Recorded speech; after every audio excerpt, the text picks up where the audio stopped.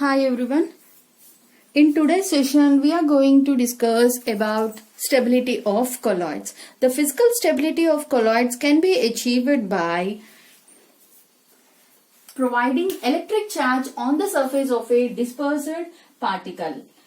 Means like charges on the particle prevent coming closer together. By that they can attaining the Brownian moment. Brownian moment means provides a frequent collision between the particles for the lyophilic colloids. It provides electric charge on the surface of a dispersed particles. Hence, like charges prevent coming closer. By that, they can attain the Brownian moment, for the lyophilic colloid. And second one is maintaining solvent sheath around the particle. Means this solvent layer prevents the particle coming closer. By that, they can attain the Brownian moment for lyophilic colloids. Okay, this is for lyophilic colloids. Stability of lyophobic colloids. These lyophobic colloids are thermodynamically unstable.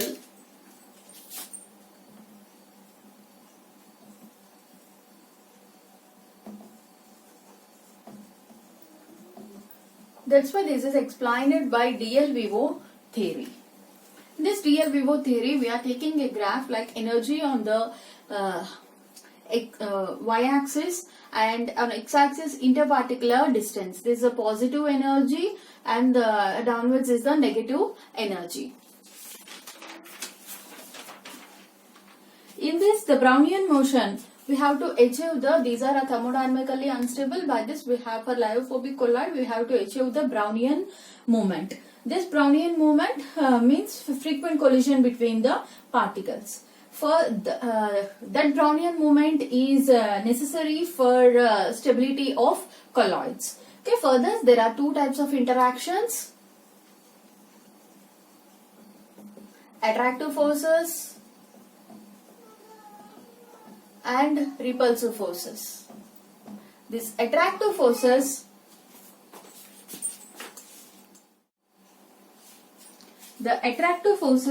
are due to particles adhere after collision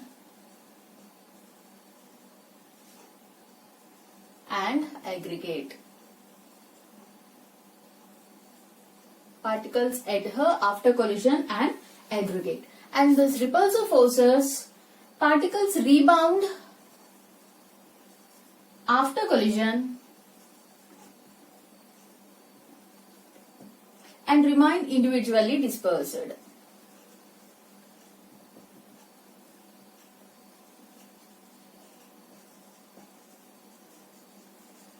Attractions are two types, interactions are of two types: attractive forces, repulsive forces. Attractive forces, particles adhere after collision and then aggregate. And repulsive forces, the particles rebound after collision and remain individually dispersed.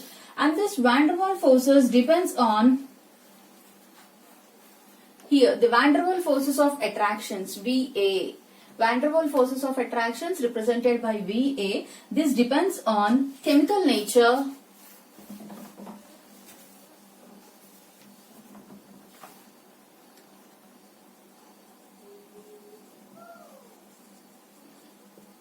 and size.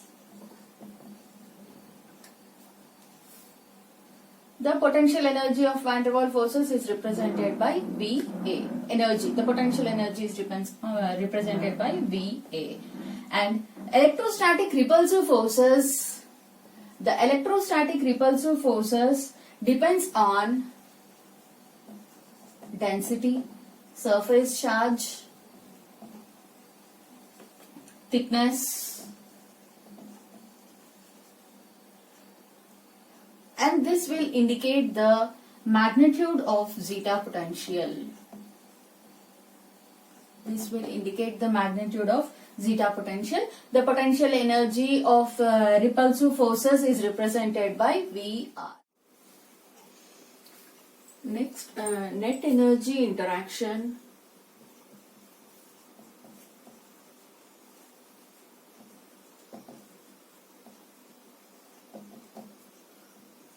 It is potential energy is equal to VT.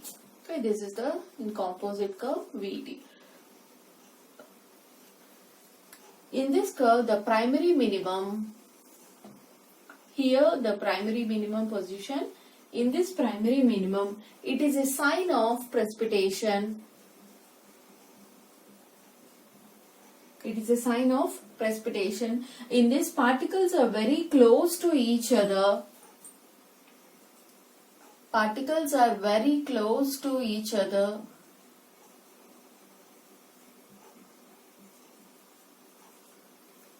And they having atomic orbitals overlap. Their atomic orbitals overlap.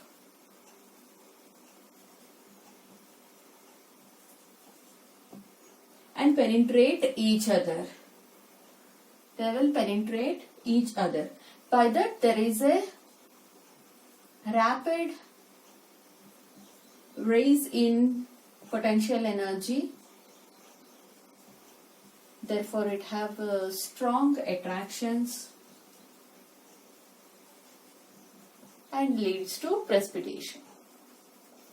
Okay, in this curve, the primary minimum, here the primary minimum position, in this primary minimum, it is a sign of precipitation. The particles are very close to each other and their atomic orbitals are overlap. By that, we are observing a rapid increase, rapid rise in potential energy leads to stronger attractions. By that, the precipitation occurs. And next, net energy peak. Net energy peak. Okay, this is the net energy peak represented by Vm.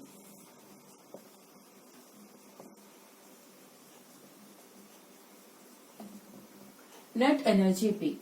And this net energy peak is a sign of better stability.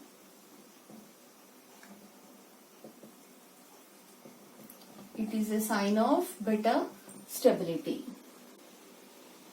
Means intermediate distance is appreciable and repulsive forces operate, and by that we have to observe positive zeta potential. They have particles having intermediate distance, hence they possess a repulsive forces will be appreciable repulsive forces, and we have to observing the positive zeta potential, and cross the particles are in Brownian movement. The particle shows Brownian movement. And this Brownian movement imparts the stability of the dispersion. At the maximum potential peak maximum potential is represented by Vm. Okay, it is a sign of better stability. This is the Vm is a sign of better stability. First, in primary minimum, it is a sign of precipitation.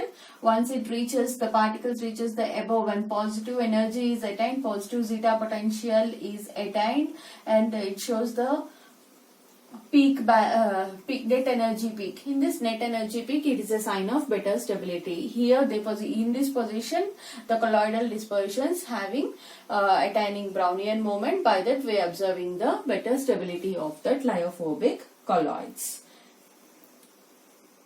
And next, after that, the curve reaches to the secondary minimum.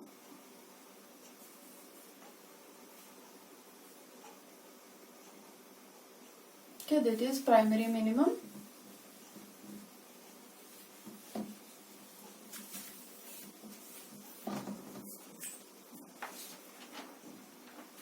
Next, when curve reaches this position, it is a secondary minimum.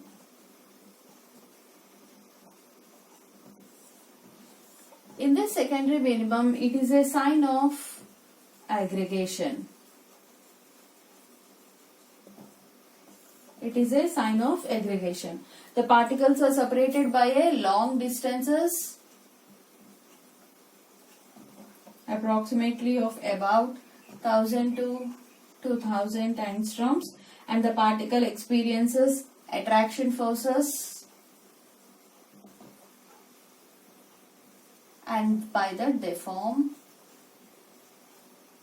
aggregates or coiservates. that will represent the secondary minimum. This secondary minimum we are observing the controlled flocculation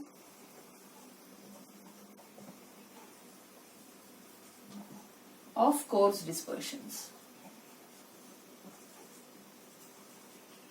Okay, this is the stability of colloids for lyophilic and lyophobic colloids. Okay, thank you. Please like, share and subscribe my channel.